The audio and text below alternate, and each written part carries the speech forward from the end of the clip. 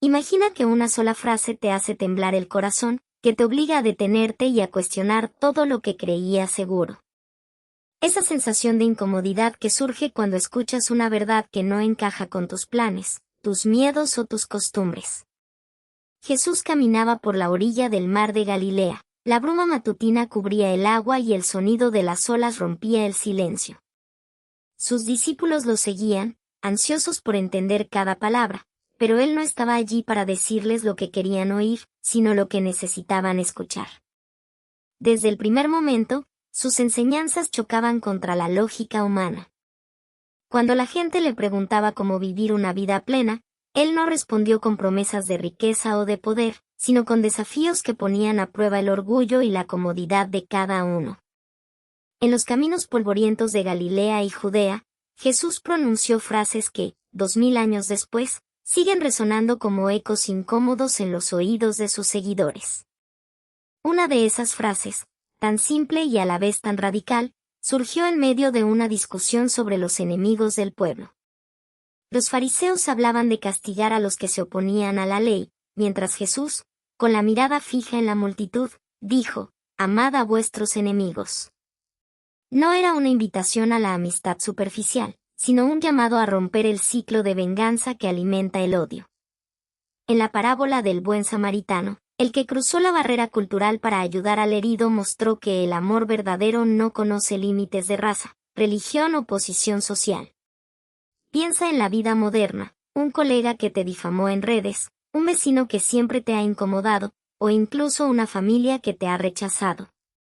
¿Cuántas veces hemos sentido la tentación de devolver el golpe, de cerrar la puerta y de justificar el resentimiento?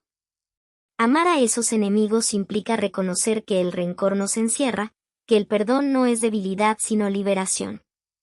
Es una decisión que nos obliga a mirar más allá del daño recibido y a ver al otro como un ser humano, con sus propias heridas y miedos. Esta enseñanza no solo desafía la moralidad de la época, sino que también confronta nuestras propias defensas. El orgullo nos dice que no podemos bajar la guardia, que el orgullo es la señal de que somos fuertes. Sin embargo, el amor que rompe barreras nos muestra que la verdadera fortaleza está en la capacidad de abrir el corazón, incluso cuando el mundo nos dice que debemos protegernos a toda costa. Al escuchar estas palabras, muchos de los discípulos se sintieron incómodos, porque implicaban renunciar a la lógica del ojo por ojo. Jesús no estaba ofreciendo una solución fácil, sino una ruta que exige valentía, humildad y una fe que trasciende el ego.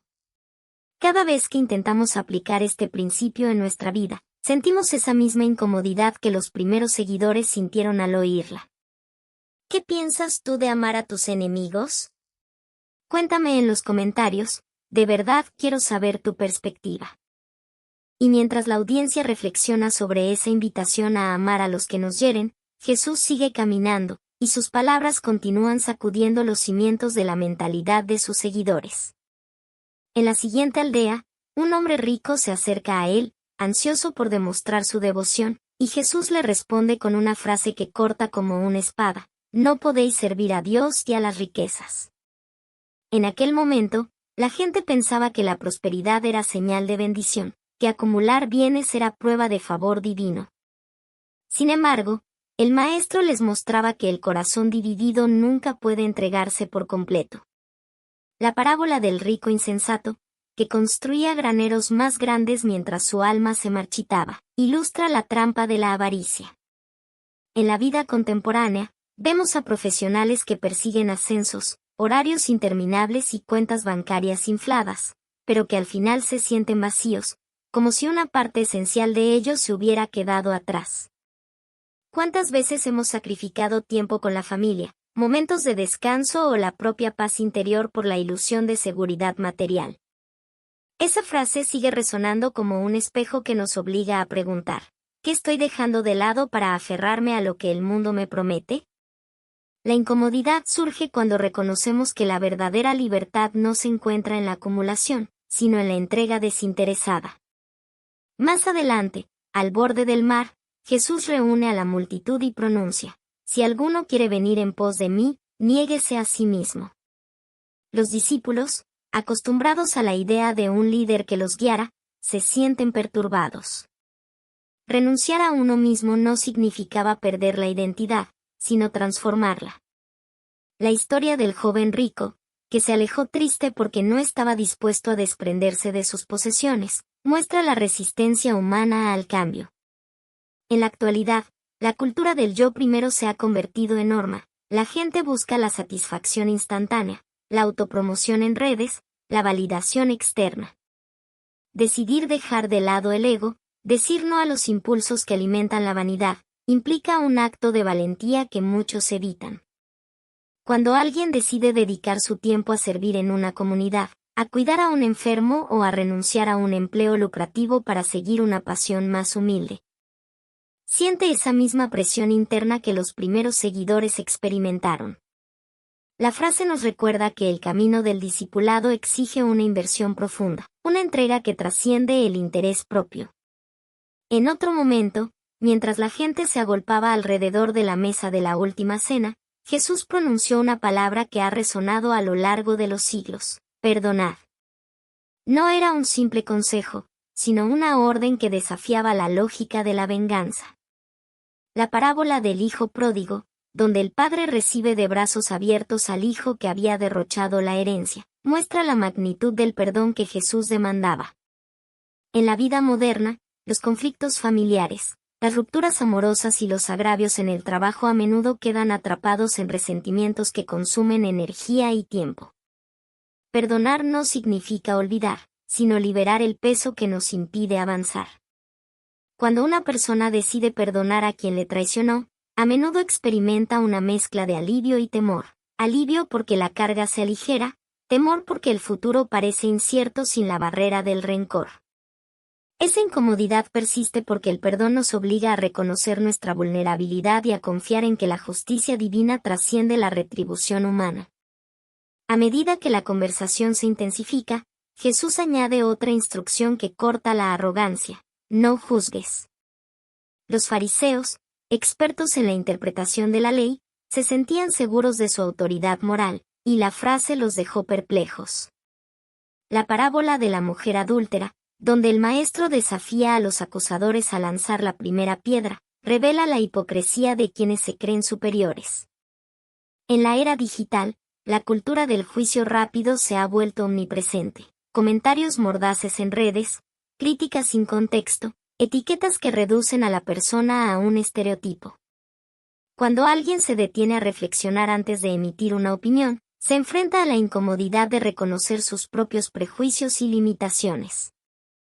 El llamado a no juzgar nos invita a cultivar la empatía, a entender que cada historia es compleja y que la verdadera sabiduría reside en la humildad de reconocer que no poseemos la verdad absoluta. Continuando su camino, Jesús se vuelve hacia sus discípulos y declara: el que quiera ser primero, sea vuestro servidor. En la cultura de la competencia, ser el primero suele asociarse con el poder, la fama, el reconocimiento. Sin embargo, el maestro invierte esa lógica, mostrando que la grandeza se mide por la disposición a servir. La historia del buen pastor, que deja su rebaño para buscar a la oveja perdida, ilustra la esencia del liderazgo servicial. En la actualidad, los líderes empresariales que priorizan el bienestar de sus equipos, los voluntarios que dedican su tiempo sin buscar recompensa, y los padres que ponen las necesidades de sus hijos por encima de las propias ambiciones, encarnan esa paradoja que desconcierta a una sociedad que celebra el individualismo. Sentir la incomodidad de renunciar al protagonismo para ponerse al servicio de los demás es una prueba de la profundidad del mensaje de Jesús. Finalmente, mientras el sol se pone sobre el monte de los olivos, Jesús pronuncia la frase que resume todo su llamado: buscad primeramente el reino de Dios. Los discípulos, preocupados por la supervivencia diaria, se preguntaban cómo podrían priorizar algo tan abstracto.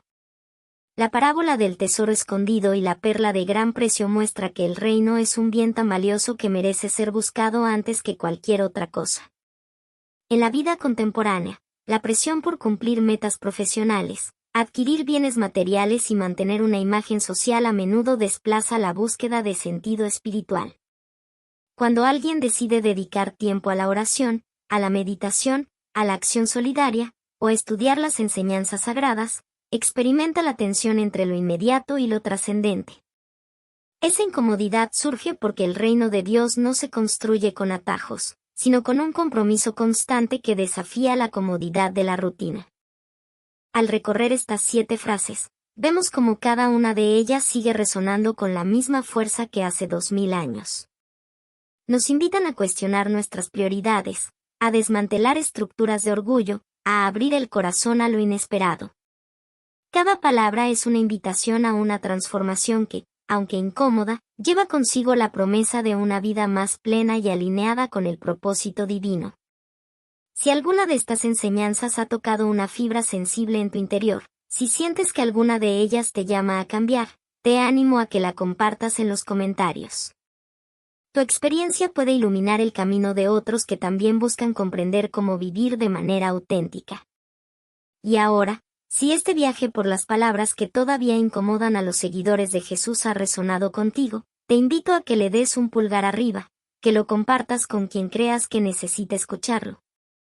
Y que te suscribas al canal para seguir explorando juntos los misterios y desafíos de la fe.